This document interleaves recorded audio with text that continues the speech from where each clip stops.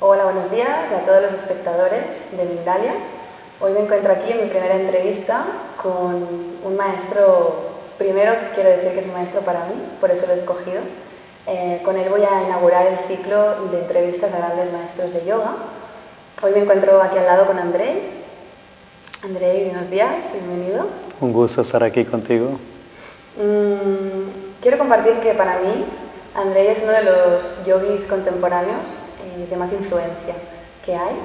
Él, sus enseñanzas, su historia, su destino es compartido desde un sitio muy accesible y a la vez muy profundo, y es por esto que ha sido el elegido para empezar este ciclo. Así que nada, sin más preámbulos, vamos a empezar. La primera pregunta, Andrei. ¿Cómo pasas de llamarte Andrei algo a Andrei Ram? ¿Cómo pasa ese cambio del Andrei hombre al Andrei yogi? Creo que hay dos niveles en mi vida. Por supuesto, un nivel que es el nivel personal y un nivel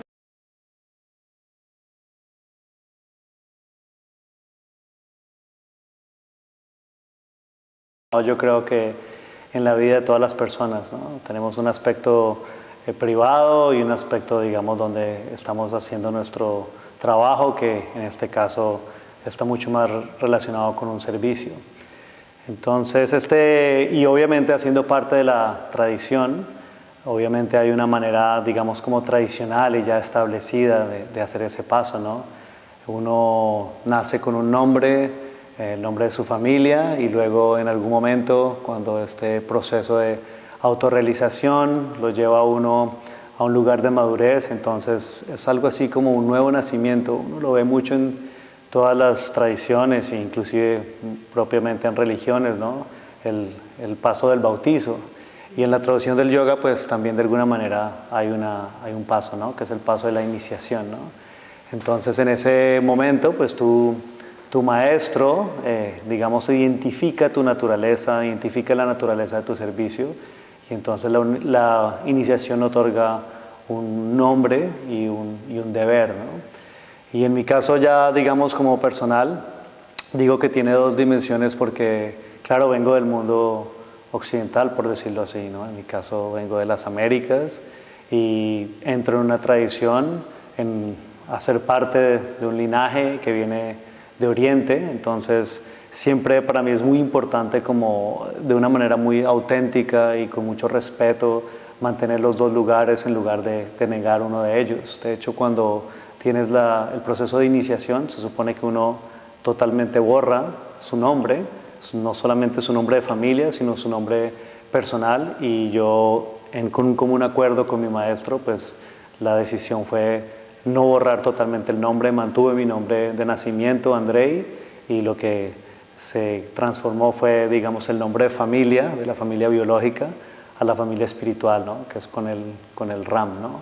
Entonces en ese momento fue cuando se da como el paso de la familia biológica a la familia espiritual. Yo sé que hablas del maestro, yo sé que para ti es Dharma Mitra. Sé que fue un encuentro bastante casual, entre comillas. Me gustaría que fueras un poquito a ese momento y lo que conllevó para ti ese encuentro con él.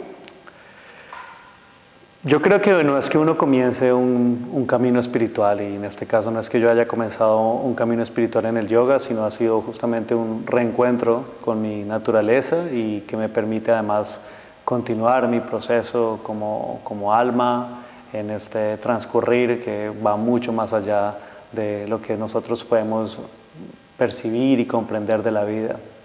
Y también ha sido así con mi maestro.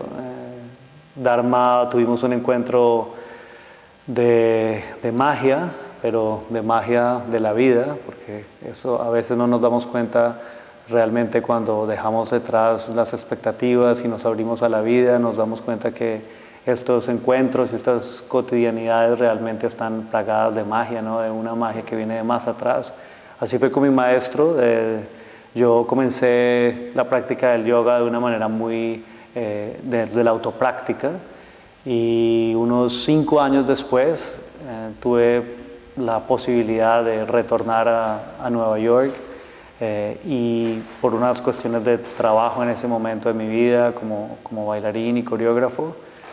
Y al poco tiempo encontré un estudio de yoga casualmente, ya llevaba 5 años autopracticando y entré en el pequeño local, el estudio quedaba en el tercer piso, tercera planta, y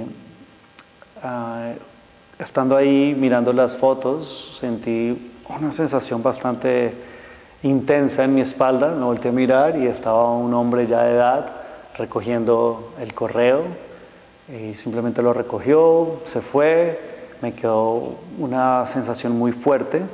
Luego volví a mirar las fotos y me di cuenta que era el maestro, no sabía quién era Dharma.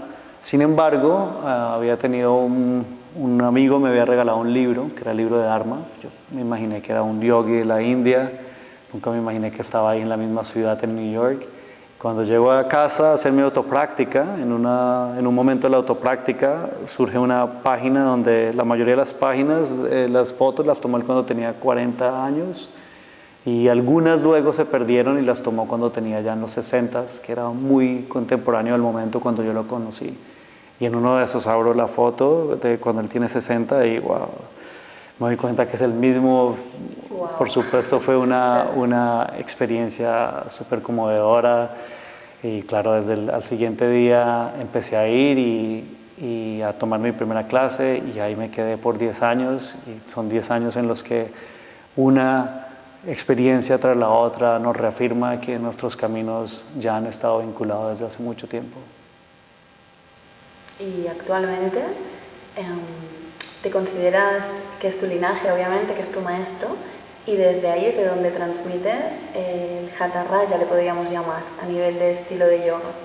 Es decir, mi pregunta, y yo creo que muchos espectadores estarán de acuerdo, hay tantas relaciones, tantos nombres, tantas etiquetas, tantos cajones, ¿no? Hoy en día en yoga se le pone tanto un añadido, un estilo, ¿no? Como un sello, que me gustaría que explicaras un poquito más del por qué compartes y desde dónde lo que le llamas el Hatha Raja Yoga, de dónde viene y a dónde va, ¿no?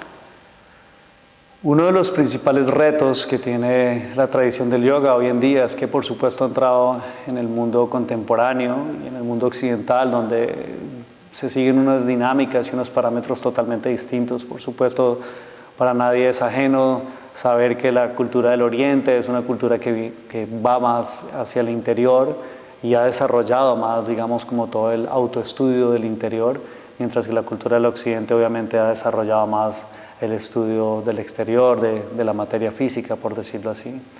Entonces siempre el gran reto del yoga hoy en día es lograr como compaginar, ¿no? Cómo perpetuar esa tradición y ese tesoro que viene del Oriente, que viene de esa interiorización, y cómo llevarla y adaptarla y ponerla al servicio de las condiciones actuales del mundo actual. Y claro, entonces el yoga entra en el occidente, tiene que entrar en la dinámica también económica, se ha vuelto un negocio, es una gran industria, y por encima uno de estar en acuerdo o en desacuerdo, simplemente empieza a ser también parte de la realidad del yoga hoy en día. Mas sin embargo, el vinculante debe mantenerse porque si no, digamos, empieza a gestarse una práctica totalmente distinta. A mí me encanta percibirlo más como una semilla. El yoga es un árbol y el fruto de este árbol es la autorrealización suprema. Es en últimas buscar la liberación del ser, de todas las aflicciones que pueden ocurrir cuando uno se identifica principalmente con las percepciones mentales, sensoriales, con las percepciones del vivir aquí. Y esa semilla tiene que seguir siendo la misma semilla porque si no, no va a dar ese fruto o va a terminar dando otro fruto. Si se desvincula la semilla, que es un poco lo que puede estar pasando a veces en el mundo contemporáneo, empieza a haber una cantidad, digamos, de variables que toman posturas, el asana, que toman cierta, inclusive la filosofía, pero empieza a darse otra práctica que da otro fruto, volverse más flexible, controlar la mente, controlar los sentidos, pero la única manera que se puede garantizar que se dé el fruto de la autorrealización es partiendo de la misma semilla. Y por eso es la importancia de poder encontrar un nivel, ¿no?, donde se mantiene ese vínculo, y eso lo hace el linaje. Y el linaje también a su misma vez, antes se veía mucho desde la forma, se perpetuaba desde la forma de un lenguaje y una dinámica monástica, ¿no? Ahora no es tanto, digamos, la forma, sino debes estar en la esencia. Así que es lo que yo intento hacer, contribuir a este reto del yoga hoy en día, además de perpetuar también el yoga, de adaptarlo, pero siempre manteniendo el vínculo a la semilla para asegurar que el fruto que dé sea el mismo. Y claro, ahí está la presencia de Dharma, que es de quien yo he recibido esta práctica, Hatha Raya. Se conoce mucho el Ashtanga, pero el Ashtanga es la definición de los 8 miembros, no es una práctica, es una definición. Entonces nosotros hablamos del Hatha Raya, Hatha, dando énfasis hacia la práctica de los miembros externos, digamos físicos de la práctica, Asana, Pranayama, Pratyahara, Raya ya propiamente como uno de los 4 senderos principales que lleva el yoga, desde justamente el autoconocimiento, la interiorización, y propiamente desde la práctica interna, Dharana, Dhyana, Samadhi, es decir, en últimas a lo que va la meditación, y yoga obviamente integrando entonces los principios de práctica de vida, que son los que se conocen los yama y niyama, de alguna manera la manera ética como ve la vida el yoga. Hatha Raya Yoga entonces hace referencia a una práctica que integre realmente la práctica de los 8 miembros del yoga Ashtanga. Y obviamente que aquello es lo que yo en últimas he recibido de Dharma Mitra, y es lo que yo comparto, obviamente desde un lugar auténtico, desde mis propias herramientas, y siempre haciendo el esfuerzo de tratar de adaptarlo a una forma de vida tan diferente como la que tenemos hoy en día, de la que ocurría en el mundo cuando, digamos, surgió en un primer instante esta práctica del yoga.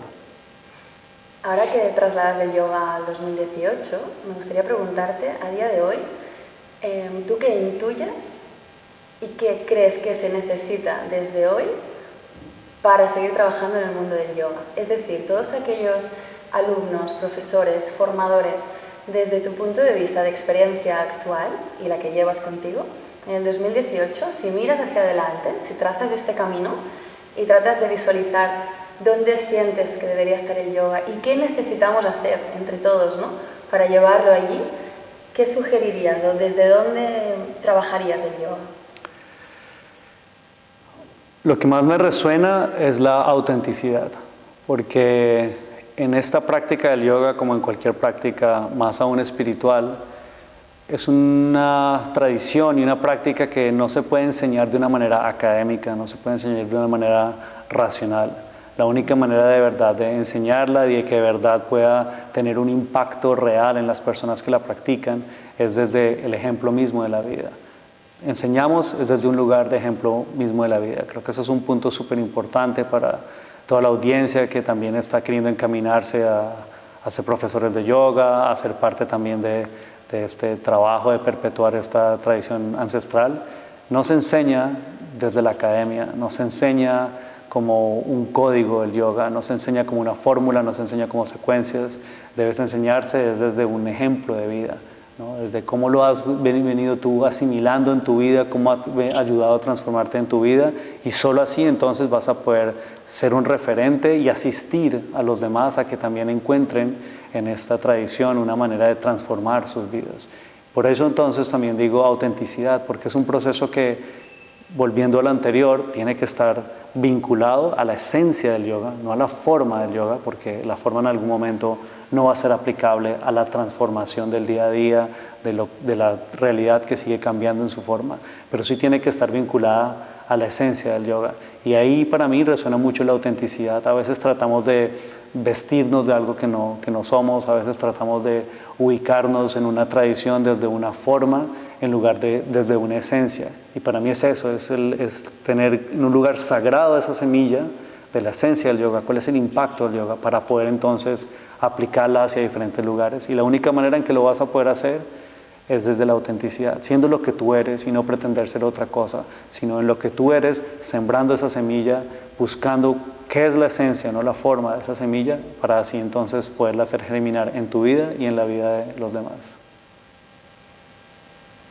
Yo cuando he recibido clases de ti, siempre hay algo que a mí me ha remarcado, me ha importado mucho a mí misma en la práctica y lo he podido transmitir también a mis alumnos, que es cómo relacionas de una manera muy directa la respiración con el drenar, usando esta palabra de drenar, también con las emociones y los pensamientos. Es decir, relacionas mucho de una manera interna este momento de que uno, cuando practica yoga desde la respiración, de una manera consciente puede estar drenando aquello que a lo mejor no está tanto en el consciente, sino un poquito más allá, más escondido, de pensamientos y emociones que uno a lo mejor no tiene alcance, ¿no? Entonces, la pregunta sería, ¿cómo podemos hacerlo comprensible en un vocabulario más mundano, el cómo trabaja yoga a ese nivel, más allá del asana, ¿no? Desde este lugar interno invisible, en relación a los pensamientos, a las emociones, a todas aquellas fricciones, ¿no?, en el día a día que sin querer vamos absorbiendo como embudos, y la respiración. Este drenaje me gustaría si lo puedes ampliar un poco. Claro, la ciencia del yoga es la ciencia del ser, entonces está basada es justamente en las cosas más esenciales de la vida, más esenciales del ser, y justamente la mecanismo más esencial de la vida es la respiración. A veces hemos, digamos, un poco malinterpretado que el yoga se trata de control mental, del controlar la mente, del dominar la mente. La mente es un vehículo, pero es un vehículo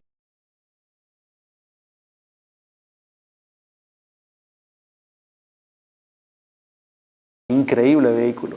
Pero si vamos buscando justamente esa autorrealización suprema, ¿cuál es la suprema esencia? Tenemos que buscar las cosas más básicas de la vida, más esenciales. Y no hay una cosa más esencial en la vida que el respirar. La vida comienza comienza con nuestro primer aliento y acaba con nuestra última exhalación.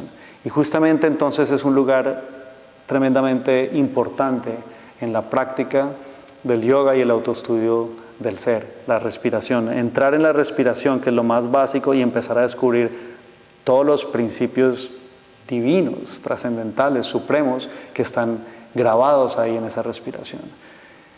En la práctica que yo ofrezco, por supuesto, todo está basado en esa respiración y empezar uno a profundizar en esa conciencia y todo lo que conlleva la respiración. Entonces, hay tres partes principales de la respiración: inhalación, exhalación, las dos grandes partes, y obviamente una que es un capítulo, digamos, un poco más especial, que es la retención, que en la respiración normal está presente de una manera muy pequeña, ¿no? Entre inhalación y exhalación hay una pequeña retención, igual entre exhalación e inhalación.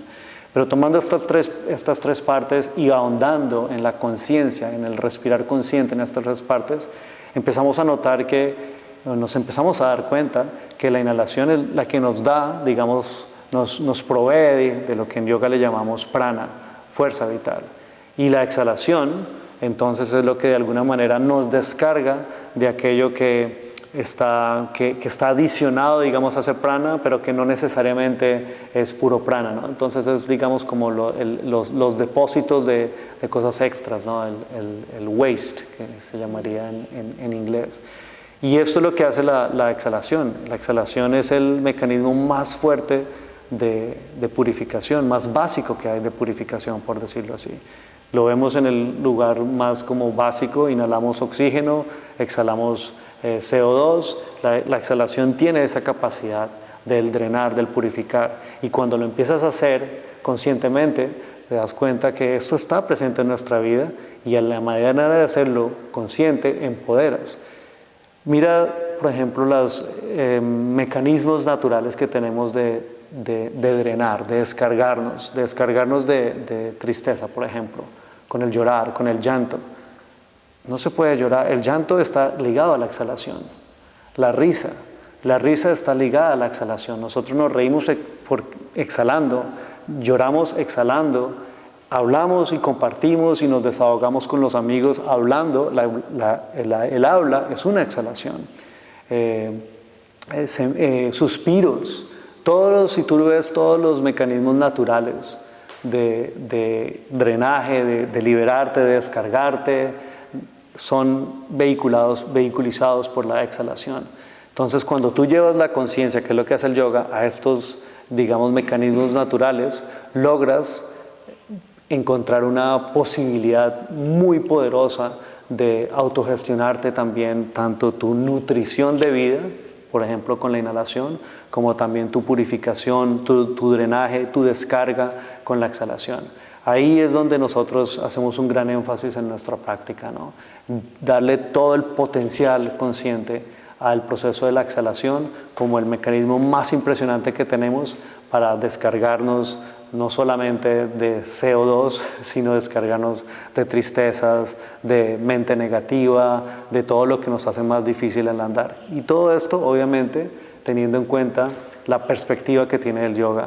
El ser está, digamos, encapsulado en unos vehículos, en unos cuerpos, en 5 niveles, que es el nivel físico, el más externo, el nivel vital, el nivel mental sensorial, el nivel intelectual consciente y el nivel, digamos, espiritual, que vendría siendo el alma, ¿no? Entonces, la exhalación es un mecanismo que tiene la posibilidad de drenar desde cualquiera de estos 5 niveles.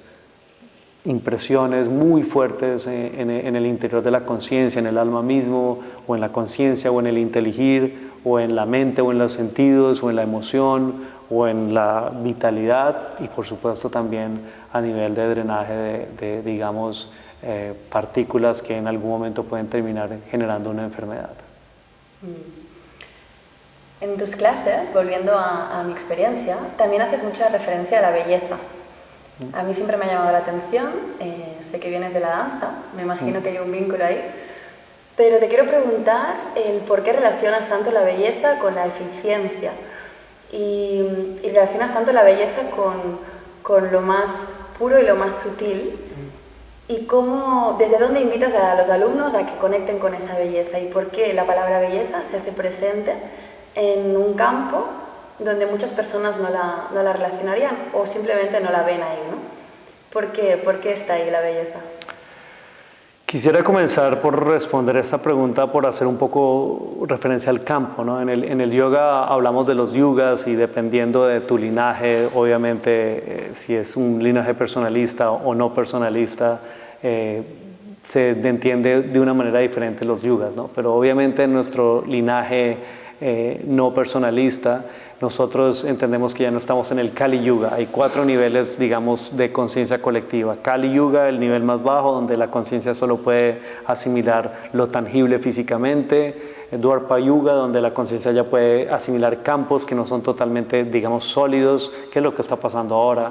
Todos los campos electromagnéticos, celular, energía atómica, todo lo que hemos podido realizar justamente ya no hace parte del Kali Yuga bajo nuestra visión, con mucho respeto a las otras visiones. Y luego entonces viene Tetra, que es donde la conciencia empieza ya a asimilar la relación entre la manifestación y la fuente, y luego Satya, que ya es, digamos, una relación directamente de comprensión de las realidades de la fuente.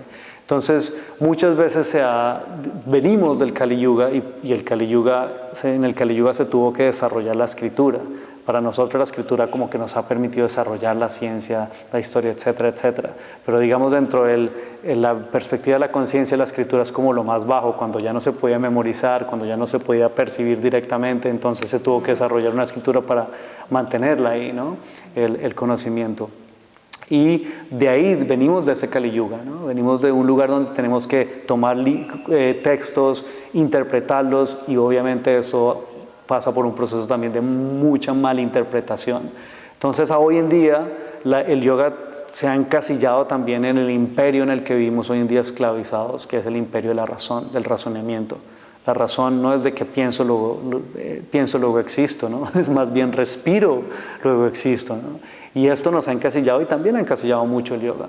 Entonces tú ves el yoga y es, por ejemplo, asana se entiende como postura correcta, casi al punto, y venimos desde un lugar de racionamiento y de academicismo, donde entonces el asana no es la postura correcta, es casi que tiene que ser la postura perfecta, pero la perfección no es humana, afortunadamente, porque si la perfección fuera humana, nuestros errores fueran eternos.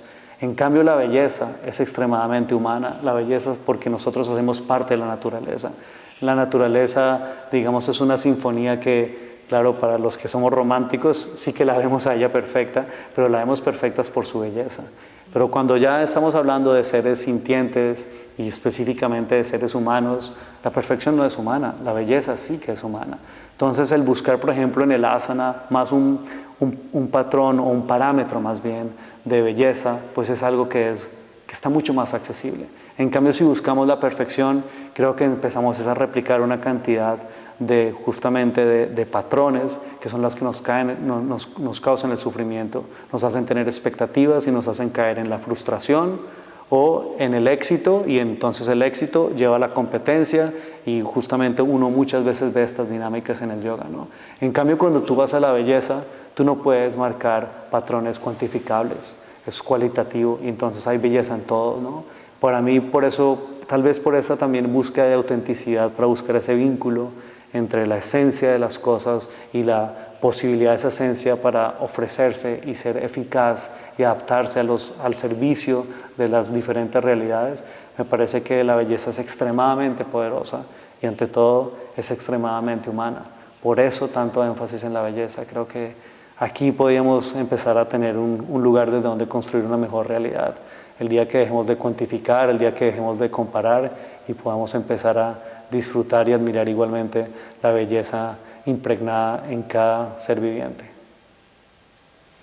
Qué belleza de respuesta.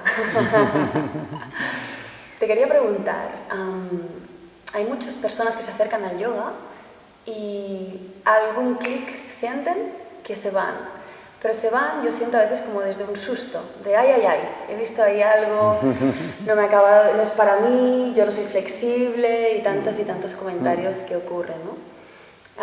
¿Qué les dirías a esas personas que están ahí, que han tenido un approach, un acercamiento al yoga y quieren volver, pero tienen esa experiencia como que están ahí como que les interesa, por eso están viendo esta entrevista, pero que todavía no se deciden a volver porque, bueno, ¿cómo te dirigirías a esas personas que han tenido esas experiencias, que están ahí viéndolo desde fuera? No les diría que tienen toda la razón, porque la razón solamente comprende el pasado, pero les diría que tienen todo el sentido más sensato el haberse retirado en algún momento. Porque hoy en día, por supuesto que la práctica está llena de ruidos y a veces entras en un espacio nuevamente de competición, de parámetros, donde sientes que no casas ahí. Así que te diría, tienes todo el sentido de haber abandonado. Pero por el otro lado también hay un sentido más profundo, y es que cuando entramos ya, digamos, en un proceso mucho más profundo y más auténtico en el yoga, pues en últimas estamos mirando para adentro. Y cuando empezamos a mirar para adentro, pues por supuesto lo primero que encontramos es aquello que tapa lo que realmente somos, que tapa nuestra real belleza, todo con lo cual lo hemos venido cubriendo, ¿no? ¿Y ellos qué son? Miedos, angustias, iras, orgullo, y justamente eso es lo que hace que en algún momento no nos sintamos listos para entrar en ese espacio donde no tenemos de otra sino que abrir los ojos, ver con los ojos de la verdad y empezar a reconocer exactamente qué es lo que tenemos ahí. Y yo lo que les animo es a que adentro, si logramos tener el coraje y la valentía de adentrarnos en ese proceso, de reconocer aquello que nos está impidiendo tener acceso a esa belleza interna, pues obviamente lo que vamos a encontrar al final de ese camino es lo que estamos realmente buscando, ¿no? Es de lo que está enmascarado todos los otros deseos, y es justamente el deseo real que tenemos, que es el deseo de ser libres, el deseo de ser libres en nuestra propia naturaleza, en nuestra propia autenticidad. Y por eso vale la pena tomar coraje y valentía y entrar, digamos, con una herramienta de luz, de una vez por todas, sí, reconocer lo que tenemos ahí, enfrentarlo y utilizar estas herramientas para de una vez por todas drenarlo, exhalarlo, soplarlo, quitarlo de nuestro camino, porque ello es lo que nos está impidiendo la plenitud que tanto buscamos. Si te tuvieras que dirigir a profesores que están compartiendo, que se encuentran con alumnos delante y que están tratando de mantener vivo, ¿no?, ese legado del yoga hoy en día, que muchos de ellos puede ser que nos estén escuchando, ¿qué mensaje te gustaría lanzarles como semilla para que les llegara y desde allí pudieran seguir compartiendo a alumnos? No puedes ser profesor si no eres practicante. Hoy en día, por las dinámicas, digamos, de academicismo que también ha llegado al yoga, se han buscado como programas, fórmulas, entrenamientos de profesor y algunos con el deseo de querer nosotros también adentrarnos en esta práctica y compartirla. Claro, entramos por ese lado, ¿no? Muchos entran por ese lado. Pero realmente no puedes ser profesor si no has tenido la práctica. De eso justamente trata el linaje, no es de que tú tengas el acceso a cierto u otro maestro, es de que la práctica te hace maestro. Entonces yo lo que les invito a ustedes es de pronto hacer una pausa y mirar, bueno, soy profesor certificado, pero soy practicante, soy un practicante experto. Esto está en la tradición, ¿no? Cuando están los niveles del brahmacharya, el grihastra, el brahmajastra y el samyasin, los niveles tradicionales, digamos, de la vida monástica, de la vida del hogar, de la vida del maestro y de la vida del renunciante. Esto está en la vida, todos pasamos por eso. Cuando somos niños todos somos monjes, luego en algún momento todos el deseo nos lleva a querer amar a otra persona, constituir hogar, sí o no, pero a entrar en esa dinámica de interrelación con la sociedad. Y luego todos en algún momento, cuando llegamos a cierta edad, empezamos el camino de la maestría. ¿Por qué? Por la fuerza de la experiencia. Un anciano sabe lo que no puede saber absolutamente nadie que haya estudiado, sino lo sabes por fuerza de la experiencia. Y dentro del yoga esto es tremendamente claro. Si no eres un practicante, tarde o temprano, aunque estés repitiendo modelos, secuencias, fórmulas, esto en algún momento va a traer un vacío tanto al que se lo estás dando, pero sobre todo a ti. Entonces mi invitación es para que hagan un momento de pausa y miren a ver qué tanto han profundizado en el ser practicantes y que nunca, nunca dejen de ser practicantes, porque lo único que hacemos nosotros, más que enseñar, es pasar una práctica, guiar una práctica, ofrecer una práctica hacia los demás. Así que mi recomendación es que de verdad no pierdan de vista la práctica y que ante todo sean practicantes. Si sos un practicante experto, no tienes escapatoria, vas a ser un maestro. ¿Qué me dices de la aproximación que está haciendo hoy en día la sociedad al mindfulness, a la atención plena, a la vinculación de salud con estar presente, con quedarse en el ahora? Se toca desde muchos caminos, se empieza a recomendar desde la medicina, está cada vez más y más presente. Yo siento que es algo que creo que es bastante obvio que el yoga ya lo trajo, ya lo extendió, lo dejó en los textos sagrados. ¿Cómo ves esta relación de que ahora, desde las últimas décadas, esto cada vez esté más en auge bajo estos nombres, ¿no? Como mindfulness, atención plena? ¿Cómo lo relacionas con el yoga? Es decir, ¿desde dónde lo ves?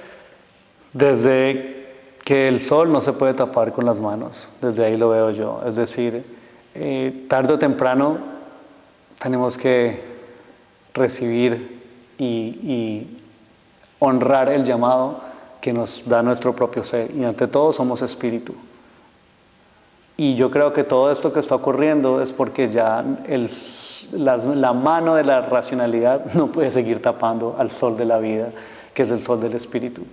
Entonces, por eso es que todas estas otras disciplinas empiezan a volcarse hasta allá, que me parece increíble. Me parece muy bien también que inclusive se presenten con otros nombres, porque a veces la espiritualidad, digamos, está coloreada de otros trasfondos esotéricos que la verdad no son nada, no le hacen ningún bien, ¿no? al poder aplicar y que sea de una manera efectiva aplicar esto para el bienestar de las personas. Así que llamarle mindfulness, respiración heliotrópica, que son todas estas técnicas ancestrales de pranayama y de meditación, me parece increíble porque lo importante es vincular a la sociedad. Y vuelvo y hago un poco el énfasis, ¿no? Estamos todavía muy esclavizados en esto del pienso, luego existo. En el yoga, la definición del yoga es el aquietamiento de las fluctuaciones de la mente para desidentificarse con esas apariencias mentales. Es al mismo nivel. Creo que hoy en día eso es lo que necesitamos hacer. Necesitamos pasar más allá de la racionalidad. No hemos podido descubrir otros campos en la ciencia porque los científicos están haciendo un gran trabajo funcionando con un método científico que tiene 200, 300 años. No sé cómo logran los científicos seguir haciendo un desarrollo con un método científico tan antiguo, tan desvirtuado, que no les va a permitir, no nos va a permitir ver otras cosas. Entonces, ¿y qué son las otras cosas? Las cosas que no son cuantificables. No las cosas de la mente procesual, sino las cosas justamente de la conciencia gestora, de donde vienen las cosas. Y allá es a donde va todo esto, ¿no? Esa es la esencia de las cosas. ¿Qué nos estamos pasando en la psicología de tratar de analizar y entender cuál es el trauma? Justamente mira, no nos importa mucho cuál es el trauma, lo que nos importa es crear terapias liberadoras que las personas realmente las liberen de sus traumas, ¿no? Entonces estamos pasando de esa mente racional, analítica, a darnos cuenta que lo que necesitamos es trascender por un tratamiento, por un impacto real en la vida. Y asimismo también con el mindfulness, ¿no? No podemos seguir educando a nuestros hijos simplemente en un punto de impositor y que solamente está dirigido hacia la memoria prácticamente y hacia la racionalidad, porque la racionalidad no crea, y si no crea, no recrea.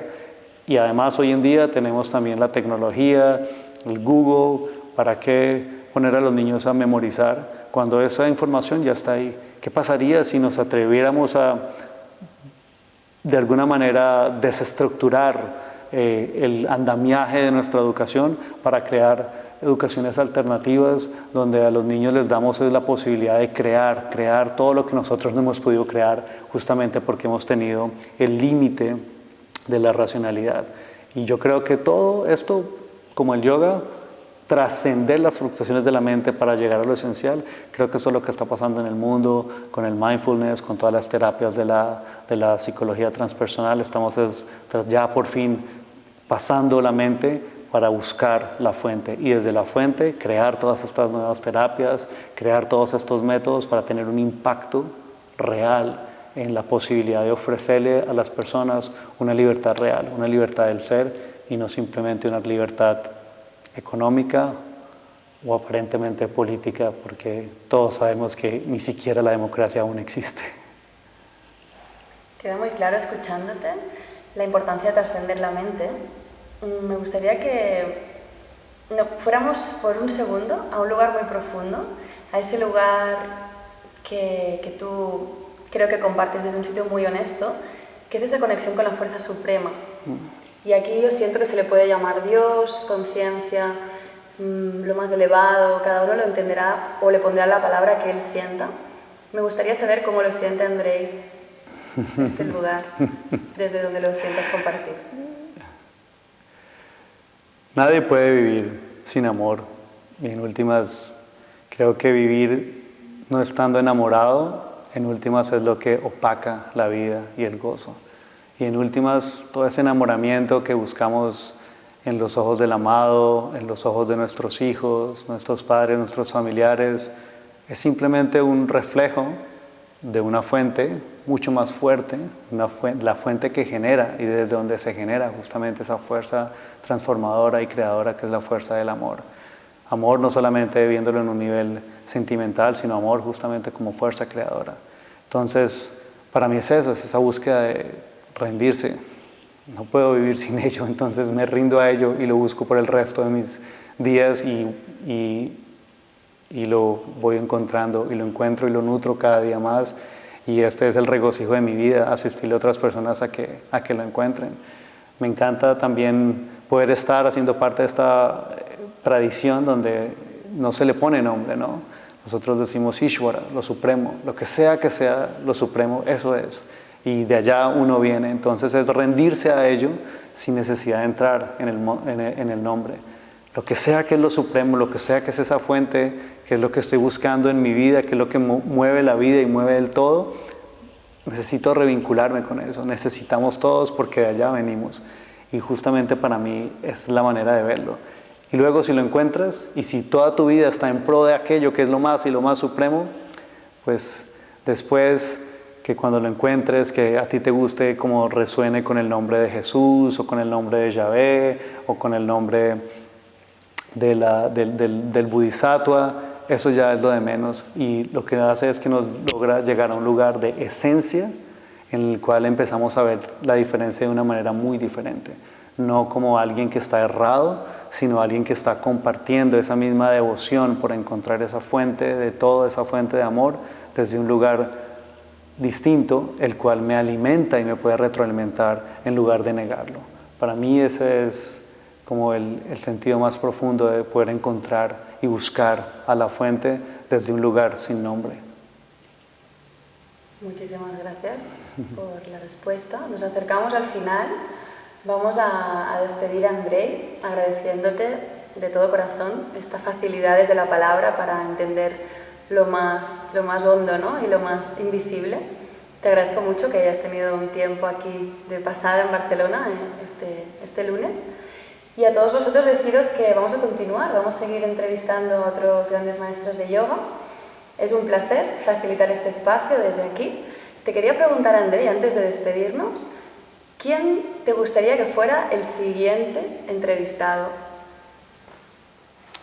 Wow, profesores de yoga. Sí. Profesores de yoga. Sí. Puede ser de todo el mundo, habla inglesa. Bien, pues la verdad es que ahí sí voy a tener que ser un poco egoísta y pues diría Dharma Mitra, por supuesto. Sí. Diría Dharma Mitra y porque me dices por el lado, por el yoga, ¿no? Sí.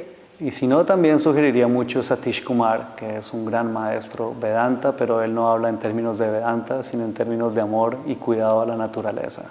Así que desde el yoga, propiamente el yoga, diría Dharma Mitra, y desde un lugar más abierto, diría Satish Kumar. Y bueno, muchas gracias por esta invitación, muchas gracias por la receptividad, y quisiera simplemente despedirme invitándolos a que busquen adentro, y se rindan a su propio interior y al amor que tanto buscan. Gracias por estar y gracias por escuchar. Nos vemos pronto. Gracias.